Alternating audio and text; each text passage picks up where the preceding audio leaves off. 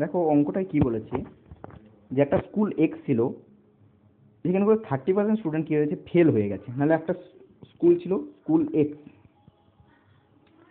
R 150% more student from school x appeared in same examination from school y. নাহলে আরেকটা school Y. আমি ধরে নিলাম স্কুল এক্সে 100 জন স্টুডেন্ট ছিল, যে 100-র মধ্যে 30% স্টুডেন্ট ফেল হয়ে গেছে, অর্থাৎ ফেল হয়েছে কতজন, ফেল হয়েছে 30 জন। তাহলে পাস কতজন করবে, পাস হবে 70 জন। এর বলছে 150% more student from school x, নাহলে 100 মোর মানে আমরা কত লিখতে পারি, 100 মোর মানে আমরা লিখতে পারি 250।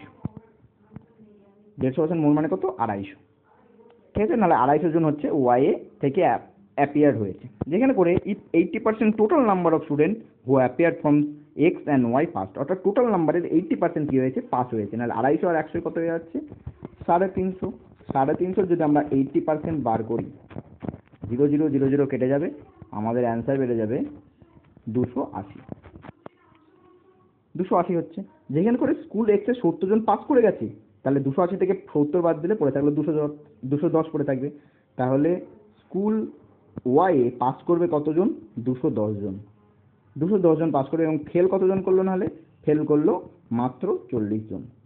এবার এখানে বলে দিয়েছে what is the percentage of student who fail from y. নাহলে ফেল করেছে কতজন, ফেল করেছে আমাদের 40 জন, কতর মধ্যে, 250-র মধ্যে স্কুল ওয়াই।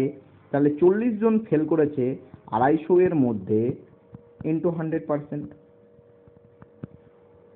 0 0 এখানে কেটে যাবে, 25কে 100 দিয়ে কাটলে 4 হয়ে যাবে, তো অ্যান্সার হয়ে যাবে 4 4 16%। তো অ্যান্সার হয়ে যাবে আমাদের 16%।